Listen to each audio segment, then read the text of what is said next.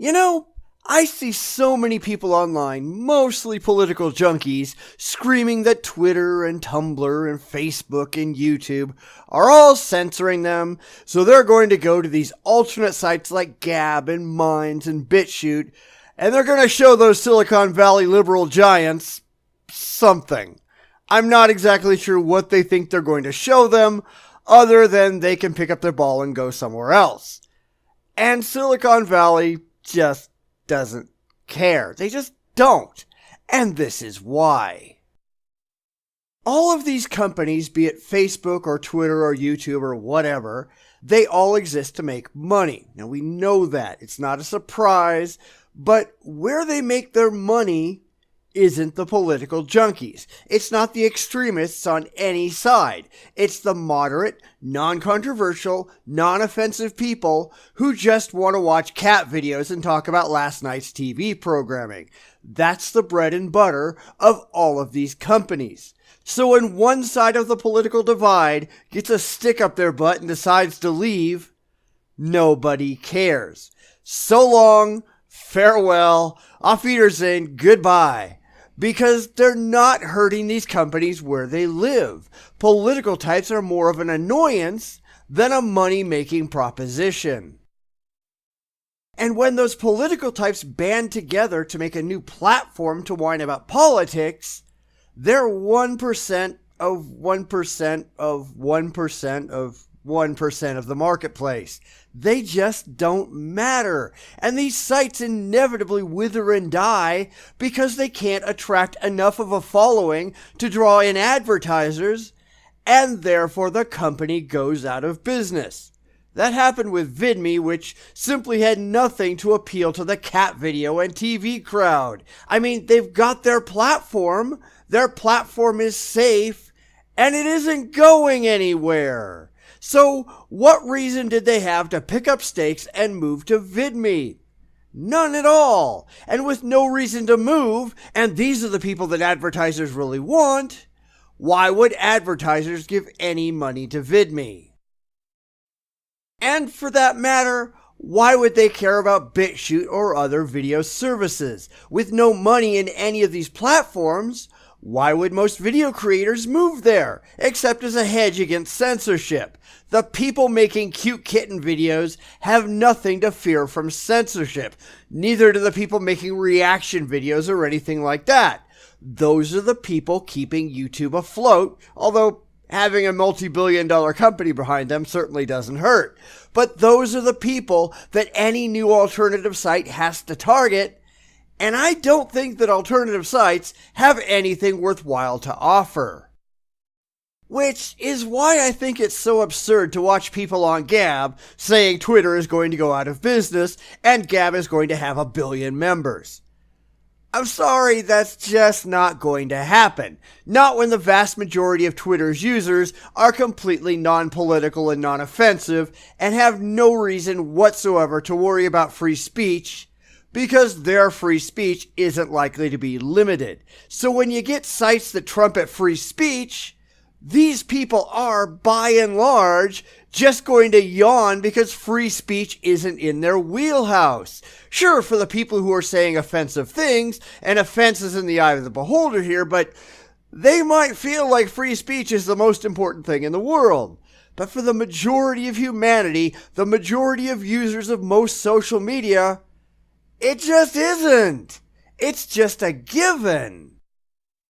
So, for any company that wants to cut into Twitter or Facebook or YouTube's game, the first thing they need to do is find some way to draw off a significant number of the non-offensive members. They need to appeal to the animal lovers and the music lovers and the inoffensive, advertiser-friendly crowd, and that's a hard thing.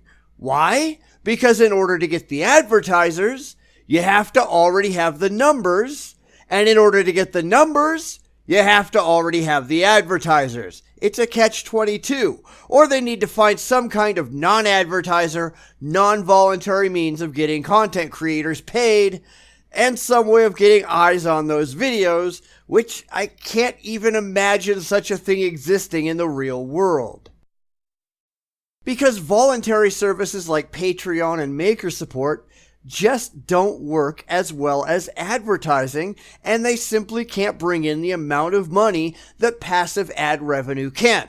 And that's why following the adpocalypse, the revenue of most online content creators tanked. The vast majority of people will not actively open their wallets to help a content creator they like, but they will passively sit through a 30-second ad in a video. And that's why VidMe's thanks system never worked, because most people won't or can't hand out their own money, but they have no problem doing something that will hand out someone else's. And VidMe couldn't find advertisers who would work with their platform, hence the whole thing came tumbling down like a house of cards in an earthquake.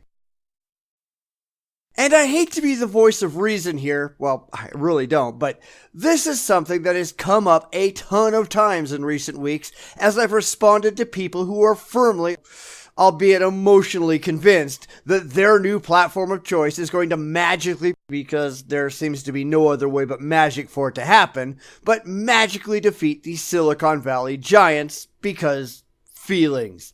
I mean, I'm a realist. I accept the world as it is, regardless of feelings. It makes no sense to live in an emotional fantasy land because the real world doesn't make you feel good.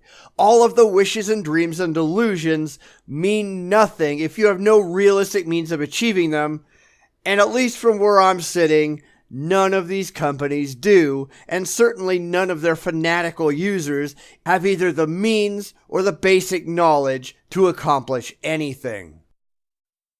Now, I'm not trying to be mean, I'm really not, but it's sad that I have to specify that a lot in recent weeks, as people have gotten upset that I'm pointing out an uncomfortable reality that interferes with their comfortable delusions.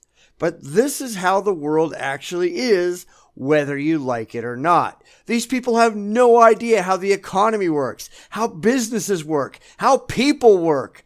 They pretty much know nothing, but they have great faith that their dreams will just come true. Somehow. When I ask, "What's your plan, son?" they don't have one. They're expecting a miracle to happen.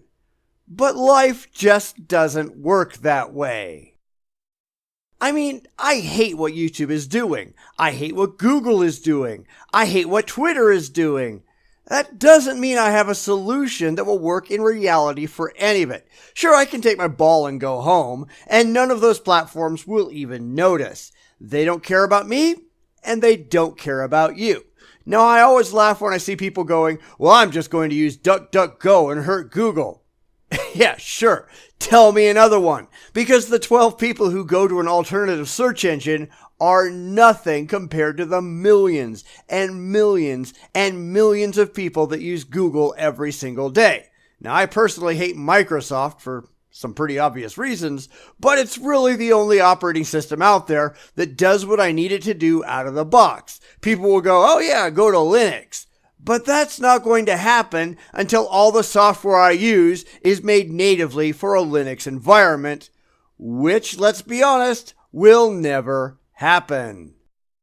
And because I live in reality and have a job to do, I'm stuck until something better comes along, which is unlikely because of the massive financial hurdles that any serious competitor to Microsoft would have to overcome before most people would consider leaping over to an entirely different platform. So Microsoft it is, regardless of my personal distaste for the company and its products. Rage quitting isn't a rational way to operate in the real world. You have to accept reality as it is, not as you wish it was, whether you like it or not, and far too many people simply refuse to do that. And those people, unfortunately, need help. Now, I really hate to make a video like this, mostly because I shouldn't have to, but because the invariable reaction from a lot of people who watch it is going to be outrage. It's going to be people getting pissed off because I'm pointing out an uncomfortable reality. A reality that hurts their precious little fifis. Well, I'm sorry. Not because reality is uncomfortable, but because so many people care more about their feelings than they do about the facts. And that's what this channel is all about, after all. Getting people to deal with the reality that is, without wishful thinking and emotional demands. I'll be the first to admit that we have a problem here, But it isn't a problem that can be solved with impotent demands or stomping off home. It's a cultural problem. It's a societal problem that can't be solved with emotion.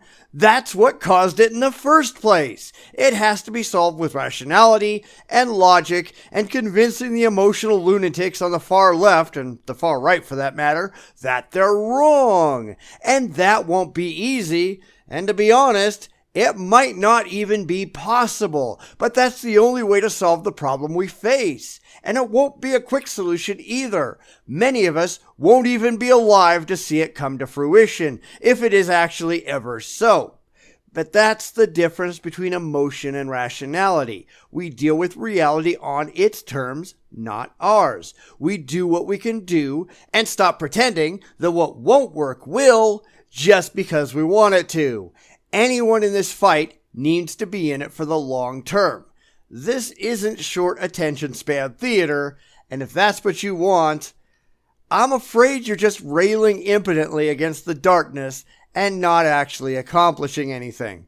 I mean, that's your call, of course, but in the end, it's pretty sad.